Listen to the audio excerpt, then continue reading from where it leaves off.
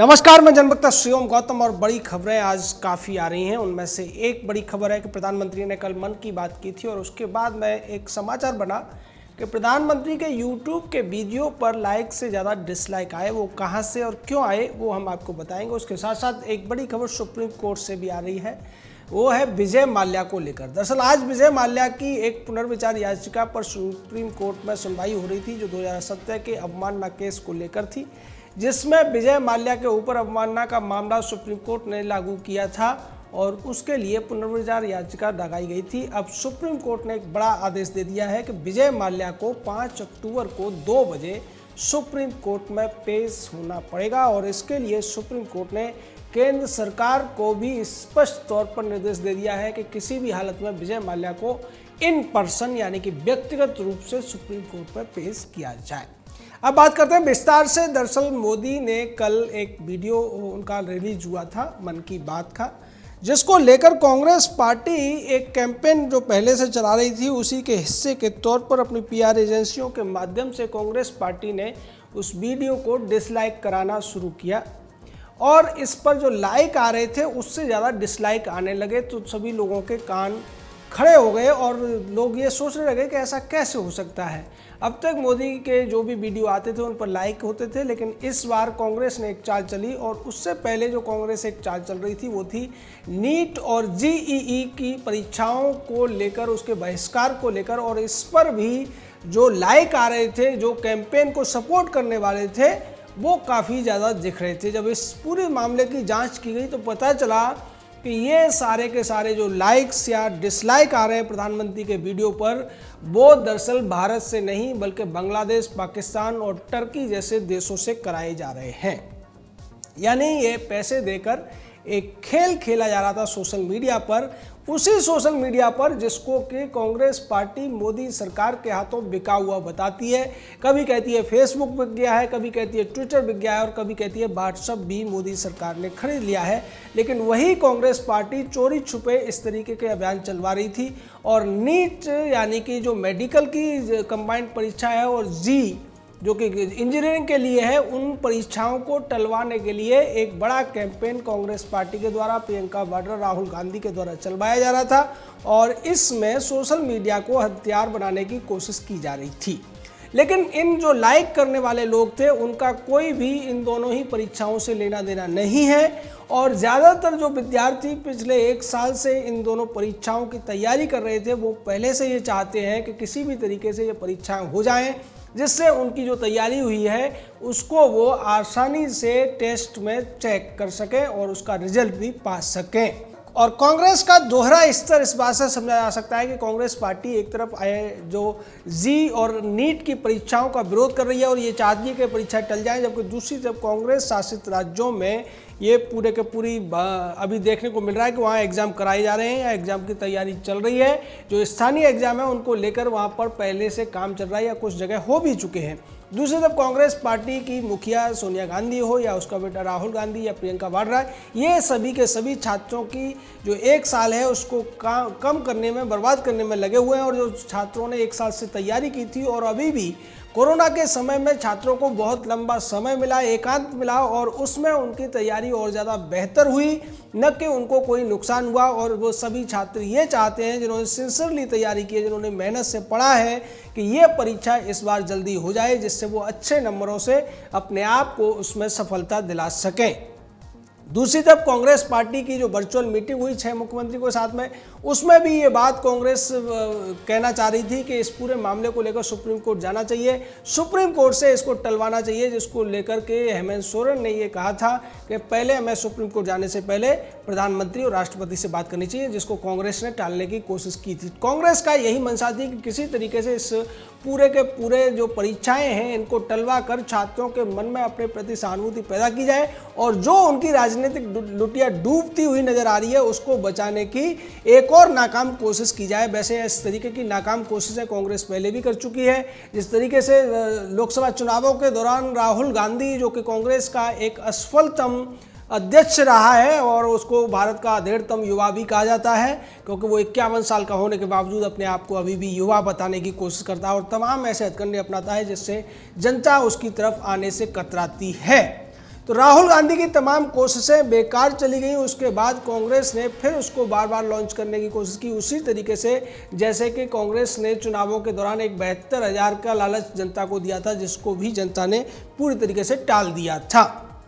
कांग्रेस को ऐसा लगता है कि जब कोरोना की महामारी में तमाम लोग परेशान हैं, तो छात्रों को अगर वो एक लॉलीपॉप देगी और जो कामचोर या पढ़ाई न करने वाले छात्र हैं वो इसके पक्ष में आ जाएंगे। कांग्रेस को ये लगता है कि देश में जो पढ़ाई करने वाले छात्र हैं, नीट या जी की परीक्षा देने वाले छात्र हैं, उनमें से ज़्यादातर राहुल गांधी टाइप के हैं। लेकिन वो भूल गई है कि जितने भी छात्र जी या नीट के लिए परीक्षा देने के लिए फॉर्म भरते हैं वो ज़्यादातर मेहनतकश होते हैं, उनमें राहुल गांधी टाइप के बहुत ही कम होते हैं, 1% से भी कम होते हैं। इसलिए उसको कोई उनसे समर्थन या आगे की राजनीति चमकने की कोई उम्मीद नहीं है, और इसलिए छात्रों के भविष्य के साथ खिलवाड़ करने की अपनी योजना से कांग्रेस को बाज आना चाहिए। बात करते हैं विजय माल्या की। विजय माल्या को लेकर आज सुप्रीम कोर्ट में एक पुनर्विचार याचिका पर सुनवाई चल रही थी, जिसको कि सुप्रीम कोर्ट ने खारिज कर दिया और स्पष्ट कर दिया कि विजय माल्या ने वास्तव में कोर्ट की अवमानना की थी। उसके बाद में एक और सबसे बड़ी खबर ये आई कि विजय माल्या को 5 अक्टूबर को 2 बजे सुप्रीम कोर्ट में सुनवाई के लिए व्यक्तिगत रूप से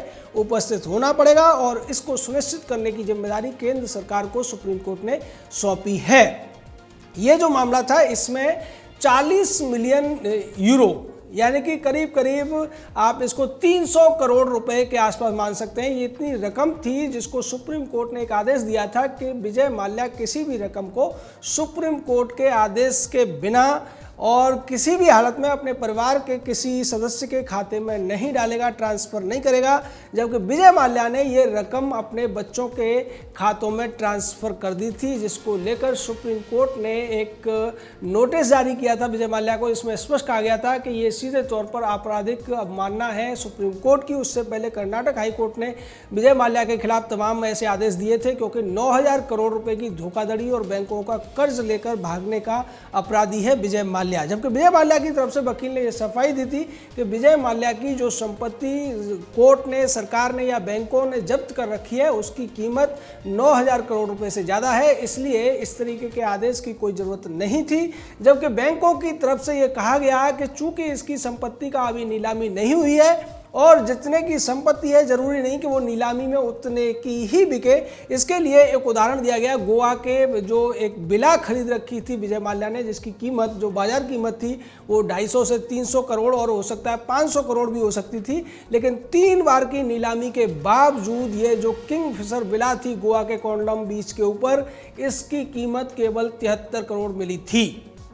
तो सीधे तौर पर जो नीलामी होती है उसमें तमाम चीज़ें देखी जाती हैं। नीलामी में चीज़ें खरीदने वाला व्यक्ति उस चीज़ को लेकर, उसके डेप्रिसिएशन से लेकर तमाम अन्य मामलों को देखता है और उसके बाद उसकी कीमत कम से कम लगाई जाती है। यही वजह है कि कोर्ट ने इस दलील को मान लिया है कि जो अभी तक जब्ती की गई है उसका जरूरी नहीं कि 9,000 करोड़ रुपए उससे वसूल लिए जाएं। दरअसल विजय माल्या को इस तरीके का जो अय्यासियों पर पैसा खर्च करने का पूरा लाइसेंस कांग्रेस पार्टी ने दिया था। कांग्रेस की जो सरकार थी, भारत के सबसे बड़े अर्थशास्त्री मनमोहन सिंह की जो सरकार थी, उसने विजय माल्या को अपने जो रिश्ते थे कांग्रेस गवर्नमेंट के साथ में या गांधी नेहरू परिवार के साथ में या कांग्रेस के तमाम मंत्रियों के साथ में, जिन्हें कि विजय माल्या अपने चार्टर्ड प्लेन में अय्यासियाँ कराया करता था और उनको तमाम जगह सैर कराने से लेकर हर तरीके के गिफ्ट वगैरह दिया करता था, उनकी वजह से विजय माल्या को बार बार फ्रॉड करने के बावजूद, बैंक का लोन न चुकाने के बावजूद नए लोन मिलते रहे और उसकी हालत ये हो गई कि 10,000 करोड़ रुपए से ज़्यादा की रकम